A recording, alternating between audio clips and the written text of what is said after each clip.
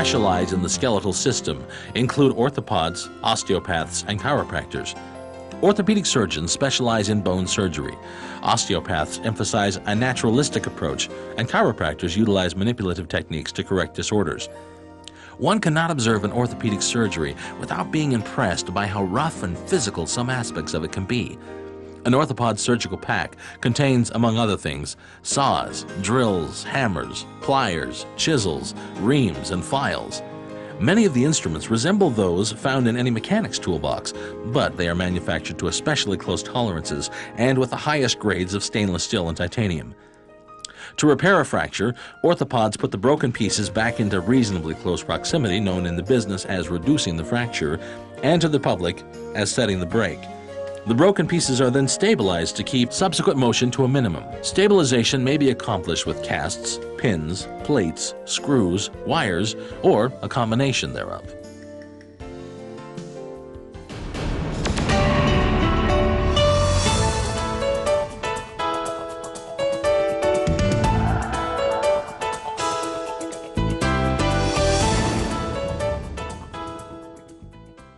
Hi, I'm Mike Shively, and welcome to Introduction to Anatomy and Physiology. Today we want to continue our discussion of the skeletal system, and let's start out by reviewing some of the things that we talked about before. I'm going to point to a bone, and I want you en masse, Chinese school type, to holler out what the name of that bone is. So everybody say the same bone, please, okay? What's this bone? Clavicle. And this? Humerus. And if I were to turn this skeleton around and point to this one, Scapula. okay? And if I were to pull this out and point to this upper one, Radius. radius, and this is the Ulna. And these little bones, let's go to the overhead camera.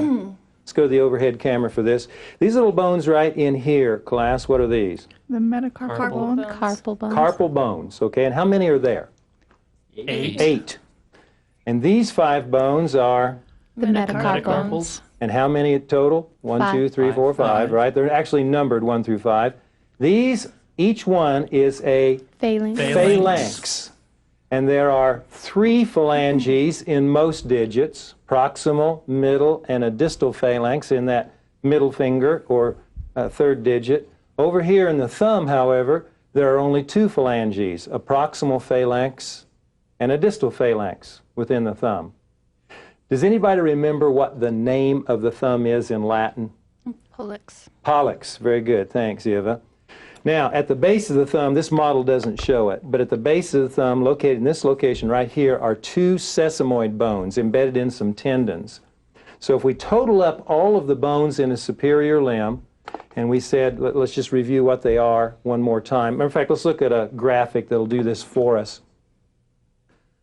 Bones of the superior limb, there are 34 total, 1 clavicle, 1 scapula, 1 humerus, 1 radius, 1 ulna, 8 carpal bones, 5 metacarpal bones, 14 phalanges, and 2 sesamoid bones. Total 34. Any questions about that? We covered that a little bit last time. And again, I don't expect you to remember the individual names of the carpal bones, although all 8 of them have individual names. Any questions? Okay. I want to see if we can find certain landmarks on ourselves. Let's put a scapula up here for just a moment on the overhead camera. And last time we mentioned that there's some general features of bones, but each bone has its own specifically named landmarks. For example, on this scapula, this ridge is called the spine of the scapula. This depressed area above the spine is the supraspinous fossa. This area down here is the infraspinous fossa. The name of this depression right here, which actually it's a fossa, if you will, but its actual name is glenoid cavity, and this is what articulates with the head of the humerus to form the shoulder joint. And if we turn the scapula around to where we can look at the front side of it, the side that would be actually against the back of the thorax here, this is the subscapular fossa. Those are just some of the landmarks that we find on this particular bone. This spine of the scapula we can find on ourselves very easily. I want you all to reach over your shoulder with one hand and feel that bony ridge that lies back behind your shoulder region. And that bony ridge that you're palpating at the present time is in fact the spine of the scapula. And when your fingers slip down into the depression above the spine of the scapula, you're in the supraspinous fossa of the scapula. And when you pop your fingers into the muscle tissue below the spine of the scapula, you're in the infraspinous fossa of the scapula. Everybody find those things?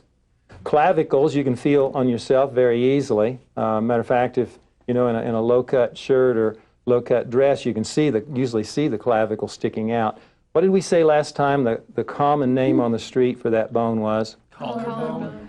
Interestingly, this is the most frequently fractured bone in the body. The clavicle is fractured more often than any other bone.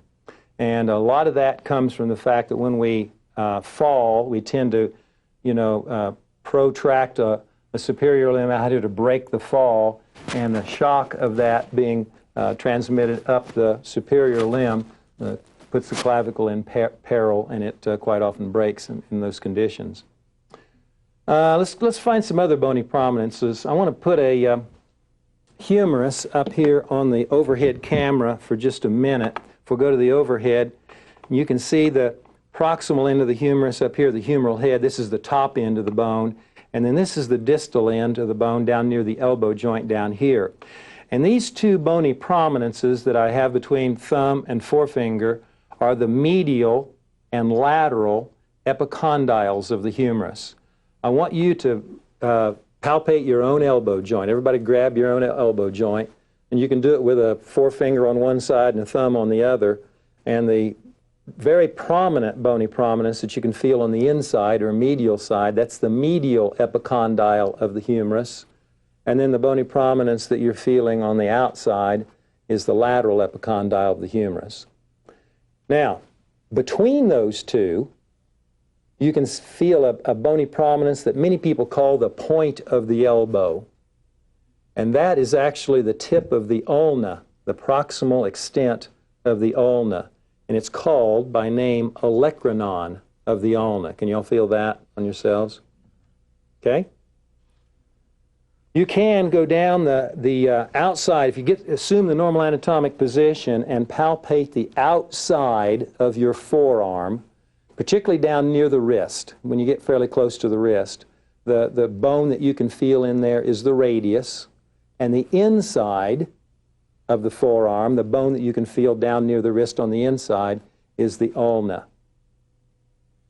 Now, if you cock your hand back like this, as though you're going to do a heel hand in Taekwondo, pop somebody with the heel of your hand, the two bony prominences that kind of form the heel of your hand here, I've got my fingertips on those two. On this side, on the thumb side, that particular bony prominence is formed by the scaphoid bone. Now, that's one of the 8 carpal bones. And the bony prominence over on this side, on the little finger side, if you will, is the pisiform bone, which is one other of the 8 carpal bones. And of course, you can find individual phalanges within the digits of your hand quite easily. Let's see how you're doing on thinking about naming those. Right here, I'm pointing to this central section of my index finger. What bone would that be? A middle phalanx of which digit? Second digit. Of the second digit, or we could say index finger, couldn't we? And now I'm pointing at the bone within there would be the distal phalanx of the third digit or middle finger, okay? Any question about that? I know that we just blew through those, but we kind of went through them last time, and I just want to make sure you feel comfortable with the names of the bones of the superior limb. Let's take a look at the bones of the inferior limb. We can start over here on the skeleton. The bony pelvis actually has 2 halves, a left half and a right half. Each half of the bony pelvis is called a hip bone or os coxae. Hip bone or os coxae. These two are joined down here at the pelvic symphysis by a chunk of fibrocartilage called the interpubic disc. So the whole thing we can call a bony pelvis, but one half of it, either the left side or the right side, would be a hip bone or an os coxae. Now that actually forms developmentally by the fusion of three different bones. This fan-shaped part up here is the ilium, I-L-I-U-M, and then the part down here where the interpubic disc is located is the pubis. And then back here, forming the part that we actually sit on, and when the bleachers are hard, we know about it, this is the ischium, and that particular prominence is the ischial tuberosity. So those three fuse together on each side to make either the left or the right os coxae, and that's the most proximal bone in the inferior limb. Starley? Are those fused in utero or after we're... Oh, well after, sometime during the late teenage years when those three bones actually fuse together. Until that time, they're separated by, quote, growth plates or epiphyseal cartilages, which allow continuing enlargement of the individual bones. Thank you. Sure. Moving on down, the bone within the thigh is the femur bone, os femoris in Latin. And let me pull up something we can look at on the overhead camera for the rest of the bones here. At the, down at the knee joint, the bone that's sitting in front of the knee joint, which we commonly call the kneecap, is the patella. This larger long bone within the crus or leg is what? Tibia. Tibia. This slender long bone on the outside within the leg is the Fibula. fibula. And then we move down to the tarsal bones. And last time, remember, we said there are a total of 7. We need not remember what their names are, but we'll go through them very quickly anyway. This one is the calcaneus. It's the largest tarsal bone. Right next to it is the talus. And both the tibia and fibula actually come down and articulate with the talus. They don't make any direct contact with the calcaneus. This tarsal bone is the cuboid bone. This is the navicular bone. And these are the 3 cuneiform bones: medial cuneiform, intermediate cuneiform, and lateral cuneiform bone. All of those are tarsal bones. Do you remember what shape category the tarsal bones belong to? Short bones. They're short bones. Good. These bones, there are 5 of them, correspond to the 5 metacarpal bones, but we call these 5 down in the foot metatarsal bones. And the one that supports the big toe is the first metatarsal bone, 2nd, 3rd, 4th, and 5th. Anybody here ever broke their metatarsal bone in their foot? You know, it's a fairly common to break either the 4th or the 5th metatarsal bone. They're real small, and you tend to bang them into the furniture when you're running around barefoot in the house, for example, and you can hit it pretty hard, you know, especially when you're getting up to go to the bathroom at night or something. Don't flip the light on. These bones down here within the toes, each bone is, each singular form would be a phalanx, and they're phalanges plural, and they correspond in name and number and the to the ones in the fingers. Sure, Starley. What of the bones are causing someone to be flat-footed or to have a high arch? It's interesting. Right here, there's actually 2 arches of the foot. There's a side-to-side arch as well as a proximal to distal arch that forms in the foot. I have relatively flat feet, which didn't bother me at all for the first few decades. But now that I'm getting up, you know, in older life, it's kind of getting rough on me a little bit. But it has to do with it. It's basically the conformation of how the bones fit together and articulate. They say that, you know, if you wear improperly fitting shoes, that could contribute to some problems in the area. But by the same token, we all know that there are Pacific Islanders that never wear shoes or hardly ever wear shoes, and they don't seem to have any more problem than what some of us may have. Sure. So the implants that they put in their shoes to actually give them more of an arch, is it actually changing where the bones join? No, it doesn't change where the bones join, but it does help support the weight in a way so that the bones aren't sinking down into an abnormal configuration so that they just fit together better. As a matter of fact, I've worn orthotics in my shoes for a number of years just to help it, and it does help. You know, I'm much more comfortable at the end of the day having worn those than I am if I put on a pair of shoes and forget to put them in. You know, the other day we talked about having fractures, and you all said you'd fractured some bones. What bone did you fracture, Eva? I wasn't here the other day. Oh, you weren't here. Well, so you haven't fractured anything? I have never fractured any Keep bones. skiing, No. keep skateboarding. It will happen. I've Tyler, never have you fractured anything? Yeah, somewhere in the ankle. Somewhere in the ankle. Okay, you don't remember. It was I too wish long. I'd taken this class before I broke my ankle. I see. But then I'd actually care. It was too long ago.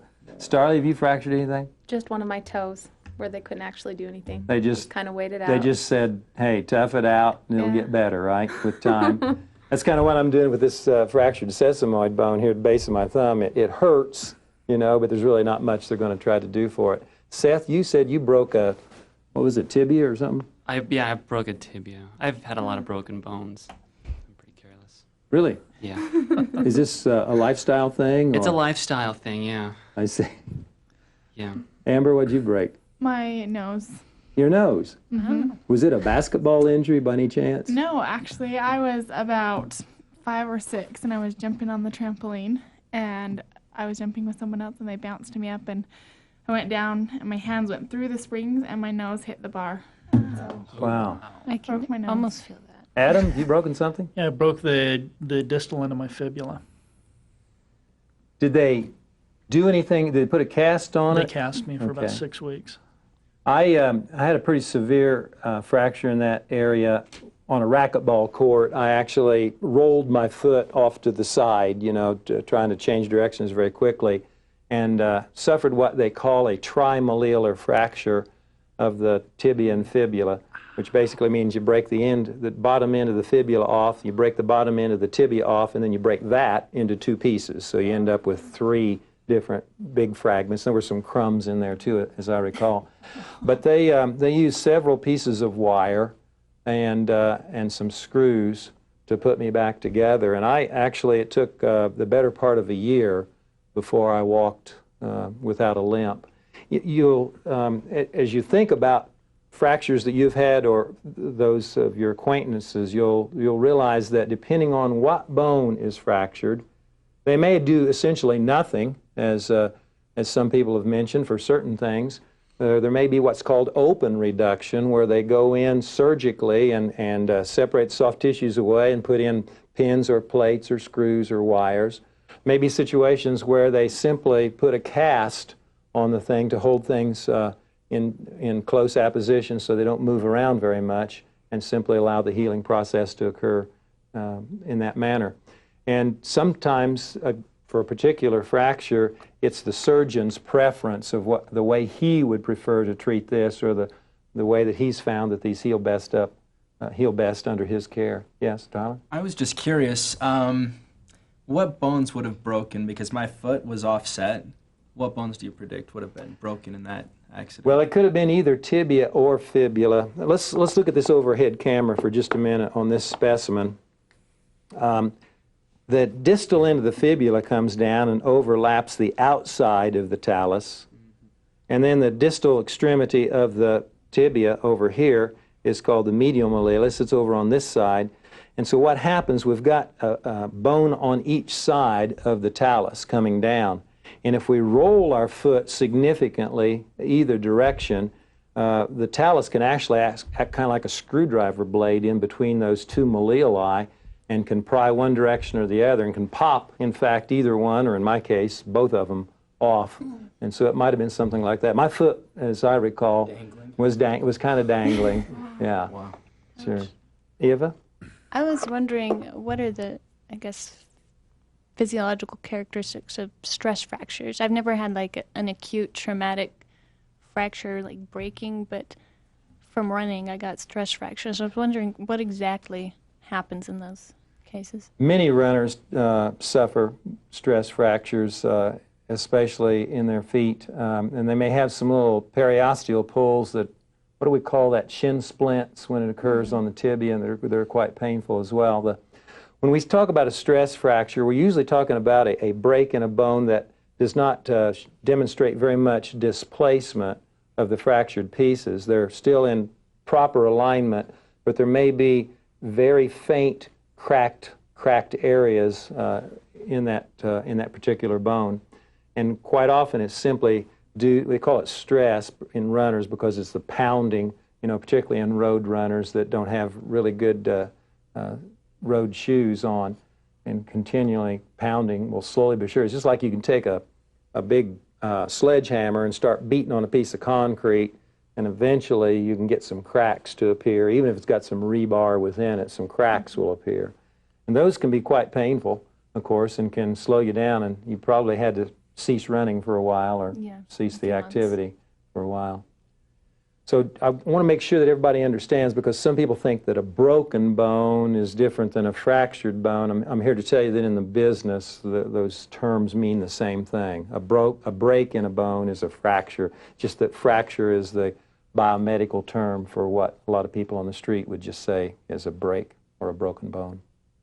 The most important thing, incidentally, in getting those to heal is holding them in the proper relationship to each other and getting them in a position where they don't move. So that's the reason a cast or wires or pins or screws or plates are used, is to hold those things so that they don't wiggle. It's kind of like if you think about gluing the parts of a model airplane together.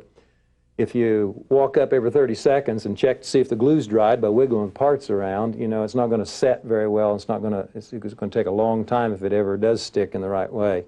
But if you can hold everything still, then nature will take its course, and osteoblastic activity will be stimulated by some of the chemicals that are released when a fracture or injury occurs, and healing will occur. It takes a long time in some bones, particularly in the weight-bearing bones. That's certainly more disabling when you stop and think, hey, would I rather have a broken arm or a broken leg, quote unquote? A broken arm is much less debilitating because you can still at least walk around. And if it's not your writing hand or arm, you can still write very effectively. Yeah. With ribs, I know, because you're breathing in and out, they're constantly moving, I assume, at the fracture point. So how do they keep that in place? They can't brace it, otherwise you won't be able to breathe. Unless there's severe displacement with the broken ends, Starley, and quite often there's not. The soft tissue, the muscles and so forth in the thoracic wall will often hold the broken ends of those ribs pretty close to their proper position. It's one of those where they may put some tape on the thorax, they may do nothing, and you just tough it out. I had some broken ribs at one time. It was back in my Taekwondo days before I took up something a little less stressful like chess, and it was very, very painful, very debilitating. The thing about broken ribs is you just can't get comfortable. I mean, particularly at night when you're laying down, and you don't want anybody to tell a really good joke, because laughing, sneezing, coughing, those things are really rough. They really hurt, at least for a while. Adam? If you break, we talked in an earlier episode about the metaphysis, the growth plate in the bone. If you break a bone across that plate, will it heal, or will the bone still continue to grow? Sometimes they'll heal up without any interference in the total elongation that would have occurred at that growth plate. In other instances, sometimes elongation is significantly interfered with, and the growth will either be significantly reduced or maybe stopped altogether. Quite often, when one of these occurs in a child, for example, falling out of the apple tree or whatever, and breaking across one of those growth plates or epiphyseal cartilages, the physicians will put everything back together, and they'll take a wait-and-see attitude. And if there's significant shortening, which will require a year or two or three maybe in order to determine, then they may do some other surgical procedures that will artificially lengthen the bone to make up for the length that was lost due to the injury. Let's take a look at a graphic that summarizes the bones of the inferior limb. Now, there are 33 of these total. 33 of them total. And we've mentioned them already. Os coxae, or hip bone, if you say it in English, has these three components that we mentioned, ilium, ischium, and pubis. The femur bone, remember femur used alone just means thigh. The patella, often called kneecap. The tibia. The fibula. 7 tarsal bones, 5 metatarsal bones, 14 phalanges, and 2 sesamoid bones. Any questions about those? Let's see if we can find some of those bony landmarks on the inferior limb on ourselves. You can kind of reach down there where you sit. Can you find this bony ridge that sits just about your belt line? Right in here, on each side. There's one on each side. May have to dig a little bit if you're pudgy. All right. What you're feeling the edge, the top edge of the os coxae. It's actually the top edge of the ilium. It's called the iliac crest. So that bony ridge sticks out just about your waistline, okay? Then just down from that a little bit, out here on the side, if you dig around, you can find a relatively large bony prominence right in this area. And I can tell you, if you fall down on that the first time, it's not too bad. But a couple days later, if you fall down on it again, it's bad. Hockey's bad about this, you know. Yeah, that's called the greater trochanter of the femur bone. Let me show you where we are. Let's go to the overhead camera for just a minute and look at this femur bone. This is the head of the femur bone. This is the greater trochanter that we're talking about, where you're palpating right now. Now, if you move down to your knee area, I'll get out here where the camera can catch me, and feel on either side of your knee, just a little bit maybe below where your patella feels like it is. Those bony prominences on each side are the medial on this side and lateral on this side epicondyles of the femur bone. Medial epicondyle on the inside, lateral epicondyle of the femur bone on the outside. And of course you can feel your kneecap. Everybody can find that without any difficulty.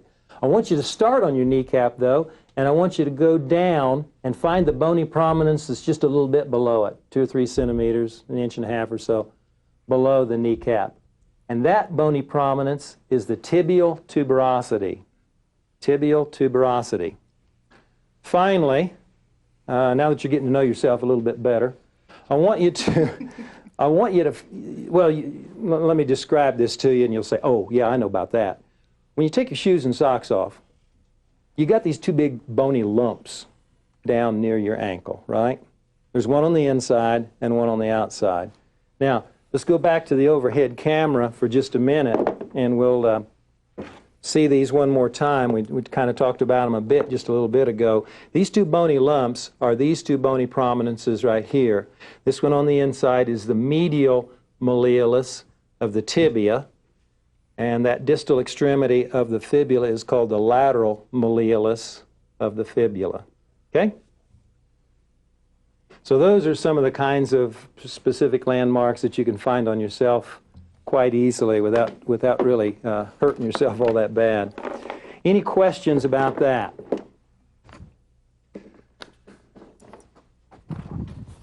All right, let's take a look at the bones of the axial skeleton. We haven't talked about those all that much.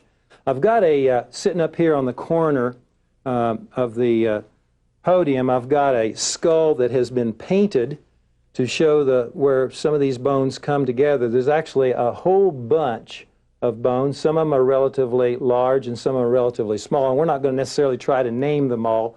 But this one that sits right in front, up here on this skeleton, it's this region right in here, actually forms part of the superior parts of the left and right bony orbits. It sits in front. It's called the frontal bone. And so it forms kind of the front part of the brain case. Again, on this colored model, it's kind of a mustard yellow color. And if I were to turn this model, I'll tell you what, I'm going to put it on the overhead camera. We'll just set this painted skull right here. Let's go to the overhead for just a second. So here's the frontal bone in mustard yellow color. Behind it on either side are the left and right parietal bones. Pariet means wall, and they form kind of the side walls of the brain case.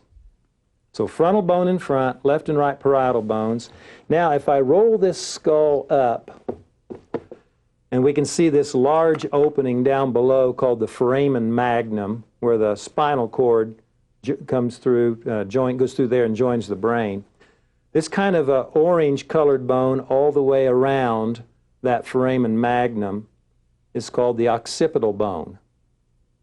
And that's the only bone of the skull that articulates with the vertebral column.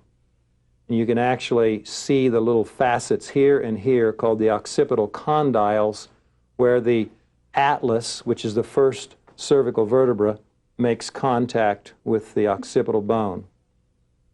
If I turn the skull over on its side, so that we're looking at a side view here, this red-colored bone, which actually goes up and forms part of the bony depression that we call the temple, is the temporal bone. So this is the temporal bone. This bright green one out here is the zygomatic bone. Now, I want you to feel up along the side of your cheek here in what people on the street would say, well, that's my cheekbone, okay? So feel right here on the side of your face, okay? Right, like I'm doing, okay? Now, let's go back to the overhead camera. Let me show you what you're feeling. You're feeling the zygomatic bone, and then when you go back toward your ear just a little bit, you're on this process of the temporal bone that comes forward to meet it. This particular landmark, formed by two different bones here, is called the zygomatic arch. Over here, in a lighter yellow color, there's the frontal bone in that darker mustard yellow, and here's a paler yellow. This is the maxilla, And of course, there's a left maxilla and a right maxilla. And one of the significant things about a maxilla is that it supports the upper teeth. So the upper teeth on the left side are supported by the left maxilla, and the upper teeth on the right side are supported by the right maxilla. If I turn this skull around so we're looking straight at it, the nasal bones, left and right, are these two little tiny bones right here. Now, everybody grab your nose, okay? Grab it and wiggle it around a little bit, see? You can move it back and forth, but the part that you're moving back and forth, you know, that last inch or so, does not have any bony support. There's some cartilages within that, but there's no bone within it. The nasal bone, if you start down here at the tip of your nose, okay, and start moving up, when you get to the place where it gets real hard, up about an inch or so, then you're getting into the area where we're actually coming into these nasal bones. Okay, so they're really quite small, the bones themselves. The rest of the tip of the nose here then is supported or stiffened a little bit by the cartilaginous structures within it. If we look inside this bony orbit, let's go back to the overhead for just a minute. We can see a dark colored bone right here, and that's the lacrimal bone. And then we've got a couple others that make an appearance here. There's an ethmoid bone and a palatine bone, and we won't worry about that much, but I do want to take the top of this skull off so that we can look down inside, because there's another bone down in here that we haven't talked about yet, and that's this brown colored one right in here. That's the sphenoid bone. It has kind of an interesting shape. Let me show it to you. Let me pull one out and show it to you as an individual bone.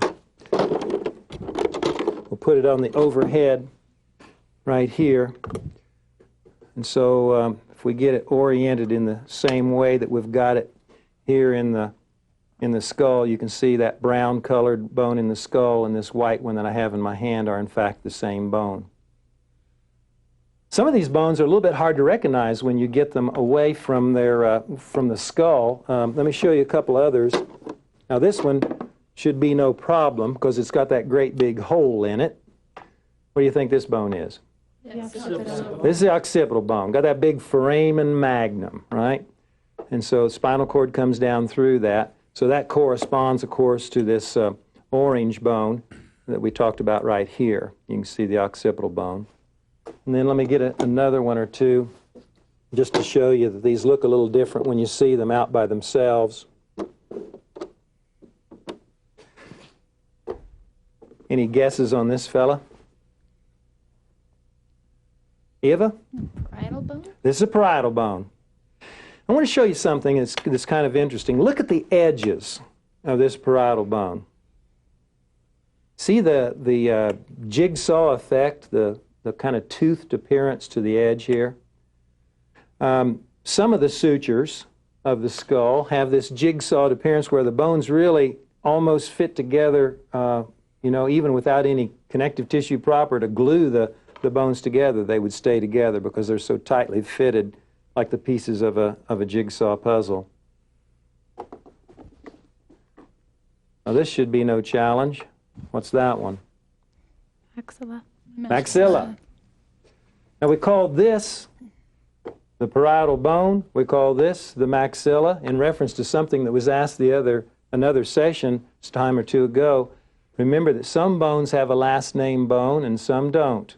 The maxilla, the name stands alone. Over here on the parietal bone and on the occipital bone, we have to use the name bone along with the occipital or parietal.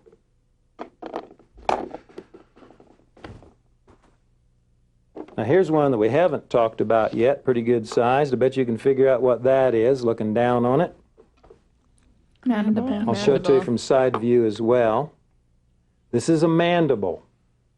The mandible actually develops from left and right primordia that fuse together to make a single bone in the adult. So we say there's only one mandible, but we say, hey, the mandible develops from a left half and a right half, and they fuse together at the mandibular symphysis.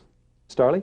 With a cleft palate, what is the bone that's not forming together? Let's look at the palate, and let's turn this skull. Let's go back to the overhead and look at the skull upside down here one more time. We're looking at the bottom side of the skull. And here we have the hard palate or bony palate area. If you run your tongue up to the roof of your mouth, the part that feels pretty firm is the hard palate. And then if you go back a little further than a lot of tongues can reach conveniently, then you start getting into the soft palate. But these two bones right here, the left and right maxillae, they form the front half of the hard palate.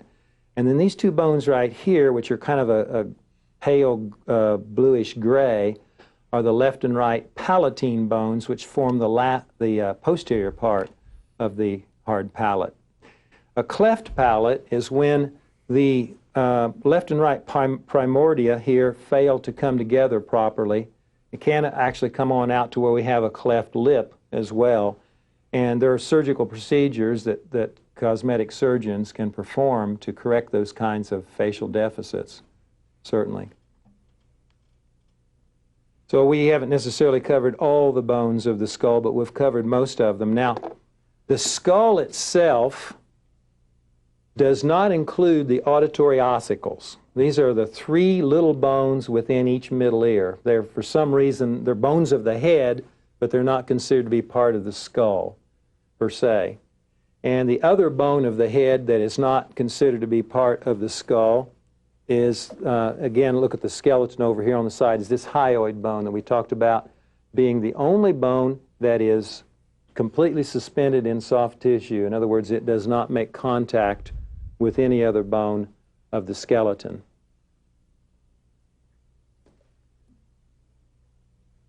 Let's go to the bones of the vertebral column.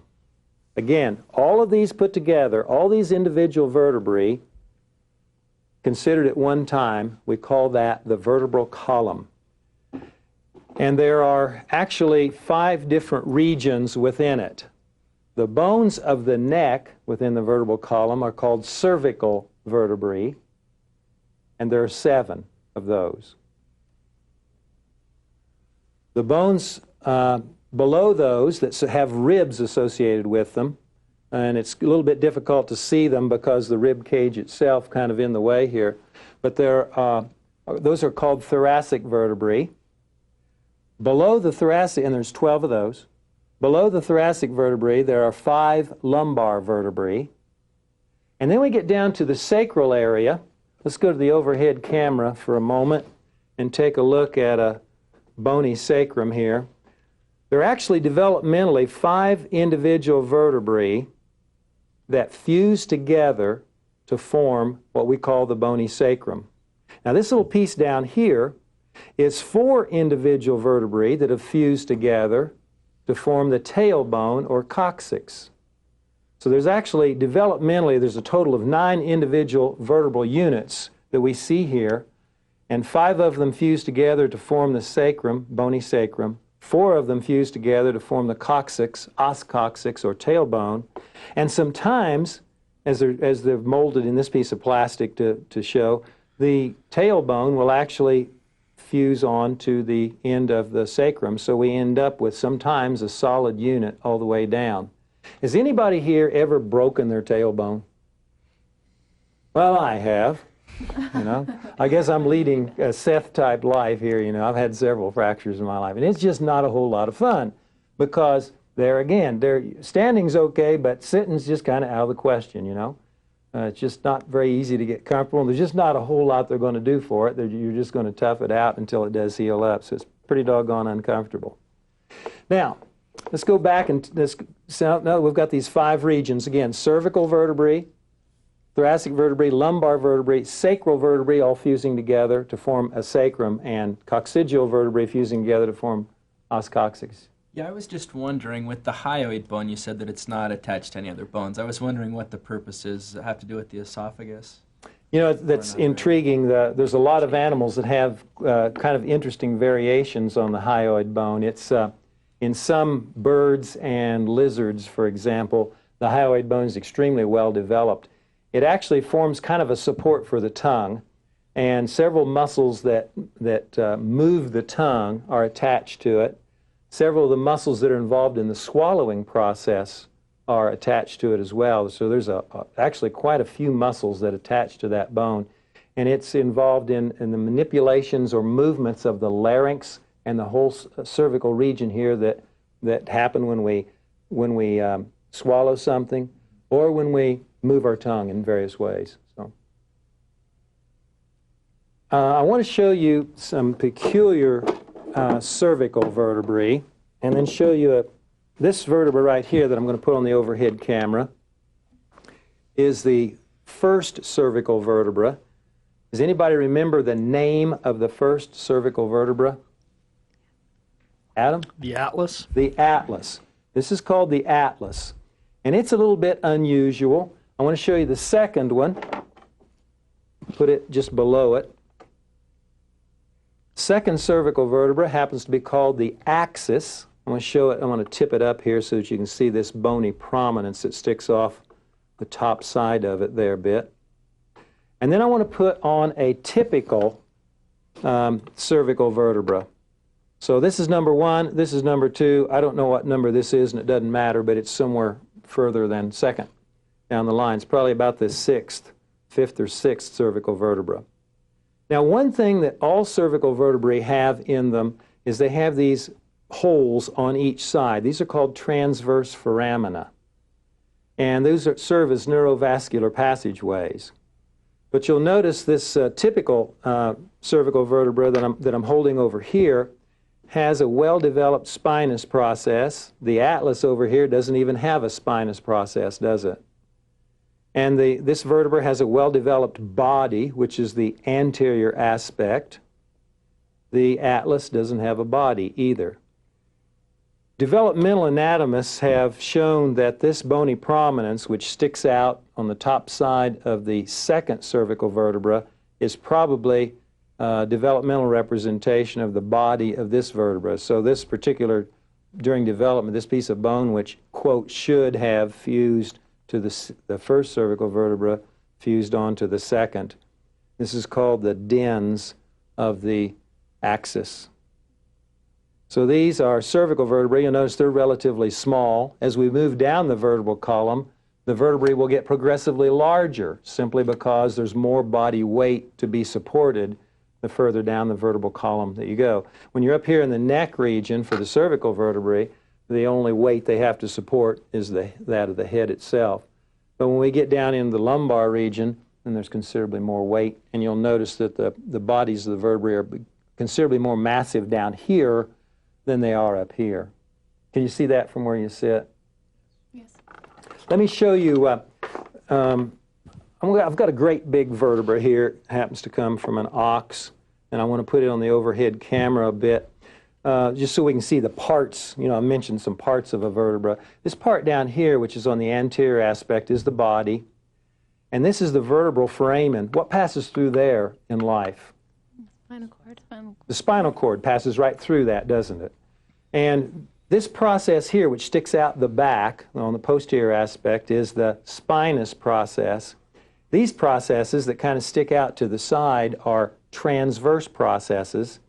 And then there's actually an articular facet here and here, as well as here and here. These are articular processes. So that we say that a typical vertebra has a body. It has one spinous process, two transverse processes, and 1, 2, 3, 4 articular processes. Certain vertebrae in certain regions have some other processes, but these are the typical processes that you would find on a generic vertebra.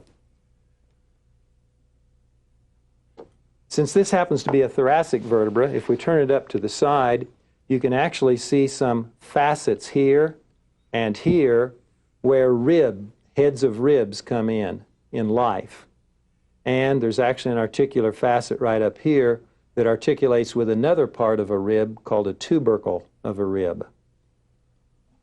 Now, if we have vertebrae that are fused together, let me stay on this overhead camera for just a minute and actually have the intervertebral discs in between the bodies of adjacent vertebrae. Then we can see this little hole here, and then of course on the other side as well. These are the intervertebral foramina that transmit nerves in life. There's spinal nerves that come out of those intervertebral foramina.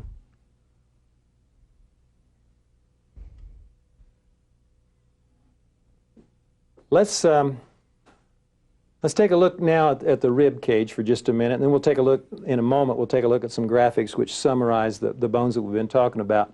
The rib cage, remember, is formed by the sternum and the ribs. There are a total of 12 ribs on each side, or 24 total, so we have 12 pairs if you count left and right versions, first, second, third, fourth, and so on, numbered from top to bottom. The heads of ribs, let me put a rib on the overhead so that you can see the parts very quickly here. The head of a rib is the part that actually makes contact with the bodies of the vertebrae. This little bony prominence right here is the tubercle, and it makes contact with the transverse process. Then this is the rest of the rib, called the body of a rib out here.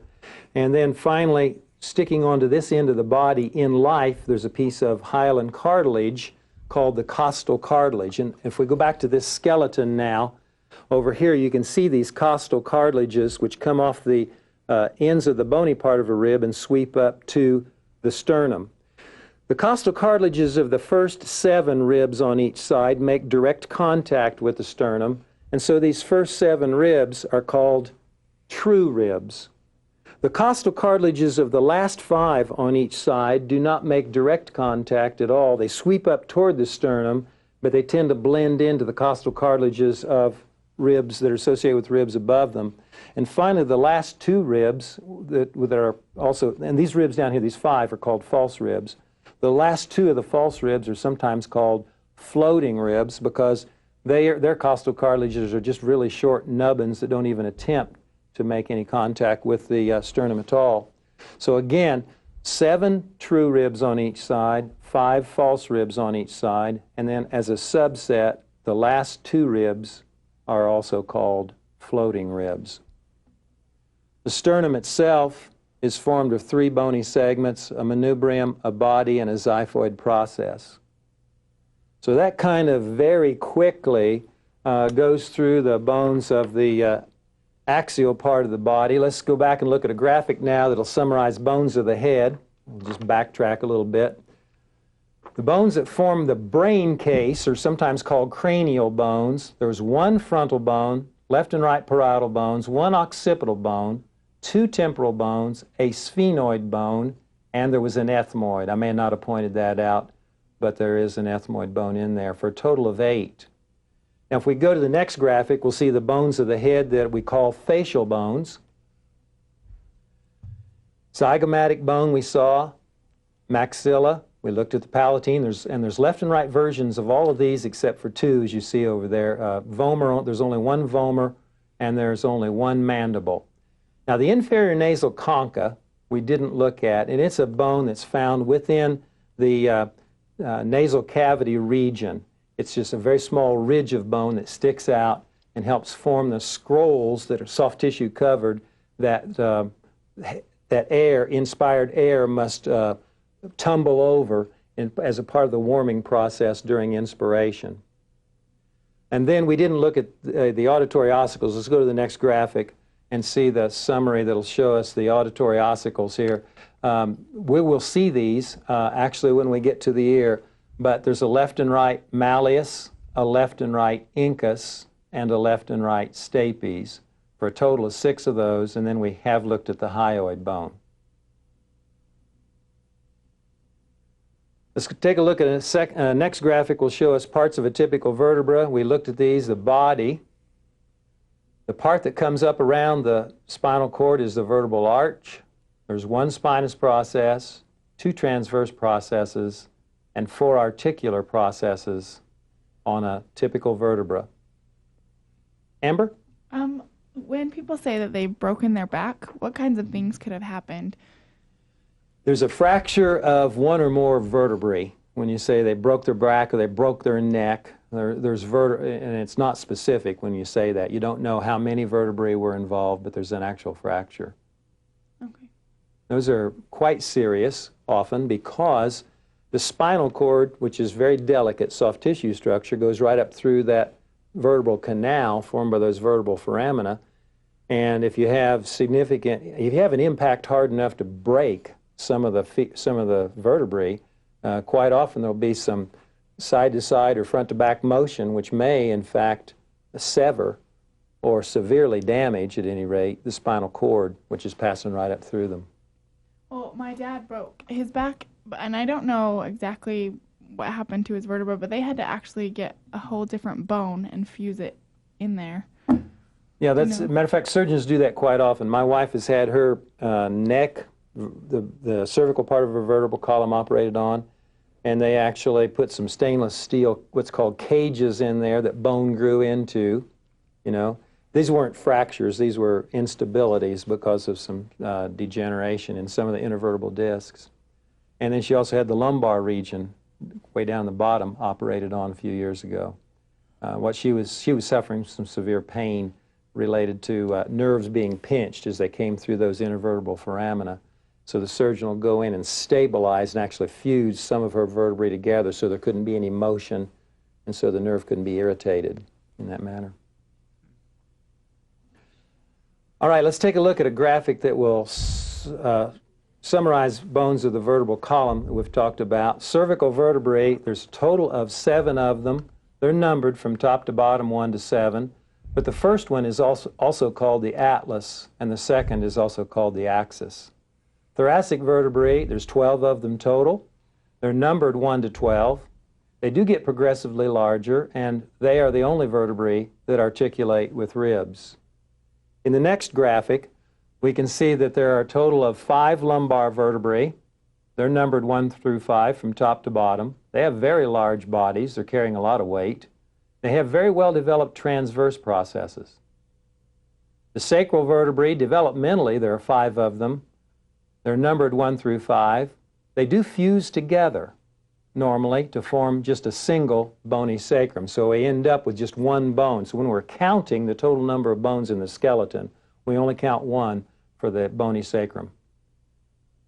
The coccygeal vertebrae start out as typically 4 separate units, numbered 1 to 4, but they fuse together to form the os coccyx, or tailbone. Now, if we take the total number of bones within each region and use a little shorthand formula, we end up with what's called the human vertebral formula. And if we'll pop that graphic up, we can see that it is C7, T12, L5, S5, and CY4. That just tells us how many developmental segments there are in each section. But there's only a total of 26 bones in the vertebral column of an adult, because the S5 all fuses together in one solid bony mass, and the 4 coccygeal vertebrae all fuse together in one solid bony mass. Are there any questions about that? Starley? When you were talking about the spinal cord, does it actually go through that foramen all the way down through the coccygeal? Or does... No, the spinal cord, interestingly enough, doesn't grow at the same rate as the vertebral column. And so the spinal cord kind of quits growing early, but the spinal column continues to elongate. And so normally the end of the spinal cord is about at the first or second lumbar vertebra.